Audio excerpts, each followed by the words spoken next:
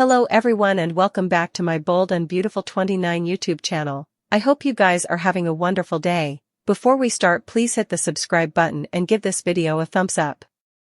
Steffy is entering heavy pressure from her parents about her particular life. Suckers know that's nothing new in this smothering family. Still, their defensive instinct is hard to argue against. Steffy naturally defends her hubby because she sees how deeply he's impacted. Learning about Luna's true maternity was mind-bending. Poppy's vaticination that Finn's life would blow up might still prove true. Tailored direction for Steffy shocked her. She didn't anticipate her mama to recommend leaving Finn and the precipice house.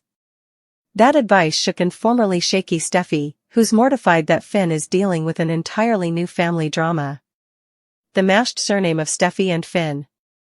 While that moniker Junction and others like them can range from silly to frothy, the intention behind them isn't. Suckers love couples that make sense. Steffy fell in love with Finn when she looked at him in one of the most memorable first meetings in this show's ultramodern history. Leaving their family home at the precipice house and moving in with Ridge and Taylor at Eric's manse would be arch-conservative. But Taylor believes Luna is a trouble without knowing she's not in captivity. Timed enterprise begins now that Finn forced the Verity into the light of day.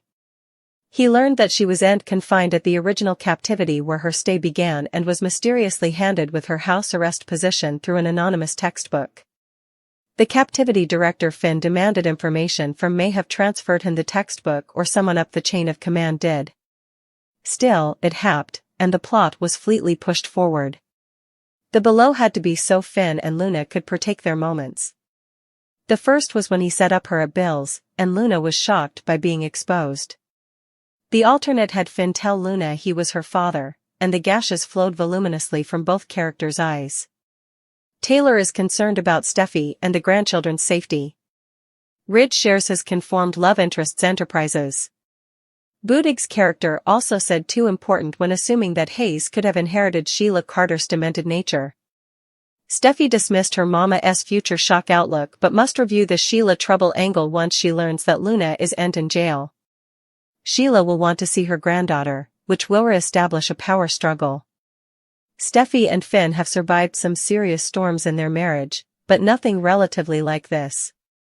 Just when they allowed their love could overcome anything, the disclosure that Luna is Finn's son transferred shockwaves through their lives. Steffy is formally scuffling with the fact that Finn is the child of a woman who tried to kill her, but his own child, too? That's a lot to reuse. But what if, in the midst of all this chaos, Steffy finds out she's pregnant? Now that would be a game changer. A gestation could either cement their relationship or be the final drive that sends Steffy running for the hills, specifically, the Forrester manse. Her parents are formally pushing for her to move out for safety and peace of mind. However, it could fuel her need to produce a drama-free terrain for her children, if she learns she's awaiting. Can she truly see a future where her hubby shares a bond with the son of her worst adversary? Or would she see this gestation as the final sign to cut ties? Adding a baby into this formerly fragile situation could force Finn and Steffy to make some tough opinions. On one hand, a new child could be the cement that holds their marriage together, reminding them of their love and their commitment to family. Perhaps, just perhaps, it would inspire Steffy to fight indeed harder for their relationship. But on the wise side, the stress of this complicated family dynamic might push her down for good. It's one thing to stay and try to work through emotional fermentation, but bringing a baby into it? That's a whole new position of responsibility. However, she may decide it's time to go, this time, for good, if Steffy feels like she can't trust Finn or live with the reality of Luna's presence in their lives. Hope making some changes at Forrester Creations while Bill worries about the fallout of Luna's maternity. It promises to be a day filled to the brim with drama, and you wouldn't want to miss a second of the show. Hope wasn't at all happy when she saw Carter and Daphne kissing at Forrester Creations. She made sure to let Carter know what she saw, and he told her he didn't mean for it to be. Hope didn't appreciate Carter placing the full blame for the kiss on Daphne, however. Hope also let Daphne know that she didn't appreciate it. The thing is, however, Daphne actually caught passions for Carter. It's not just that Steffy invited her there to betray Carter, so that was Aunt Commodity Daphne anticipated to be. Meanwhile, Finn set up Luna at Bill's. He tearfully told her that he was her natural father. That came after Luna and Bill spent several days agitating how important it bothered Luna not to know who her real pater was. You would suppose that when Hope saw Daphne and Carter kissing she'd have furiously brazened him. After all, he professed his love for Hope and she claimed to love him as well. What they don't know is Daphne was intimately transferred in by Steffy to undo Carter's hold on Forrester Creations, and now the most notorious nose in Europe finds herself attracted to him. Annika Noel spoke out about Hope's rather calm response to the whole thing. Hope not defying Carter right down. Hope had been observing outside the main office and eavesdropped Carter and Daphne talking, and witnessed their kiss.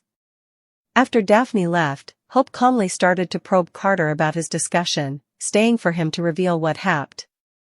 The actress explained that Hope did end attack him right down because she kind of wanted to see if he'd enjoy up to it, see what he was willing to admit for himself before she goes by their ordnance blazing, telling him what she saw. It took a little bit and she mentioned she saw them kiss, causing Carter to epically fail at trying to explain effects. Hope was on a fishing passage, stating, it did feel a little bit like ruse, where she was trying to get him to confess. She also felt there was further to the story than a simple kiss, and we saw when Hope laterally ran across Daphne, who was packing her effects up, she asked her if she was falling for Carter. I suppose he's veritably important disaccorded about his feelings, said. She went on to presume that Carter himself may not indeed know what he was feeling in that moment and set up it delicate to figure out exactly what he should have confessed to Hope.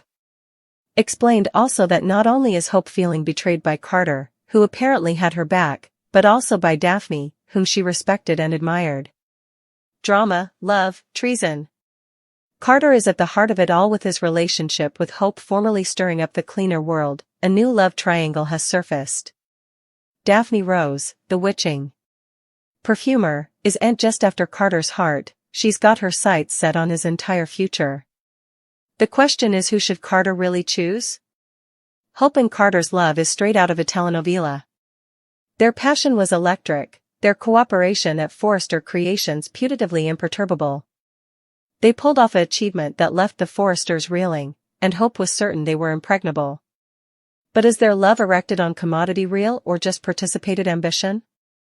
Hope's fury over Carter kissing Daphne is unsurprising, but is it covetousness or fear? If Carter were to break free from her, would their so-called love survive? Hope has proven she knows how to play the game, but will Carter start to wonder if he's just another pawn? Daphne Rose is no miss in torture, she's a force of nature. She's bold, confident, and knows exactly what she wants. And right now, she wants Carter. Their passionate kiss was a protestation of war, and she's not backing down. But does Carter really belong with her? Daphne Rose offers commodity Hope no way could.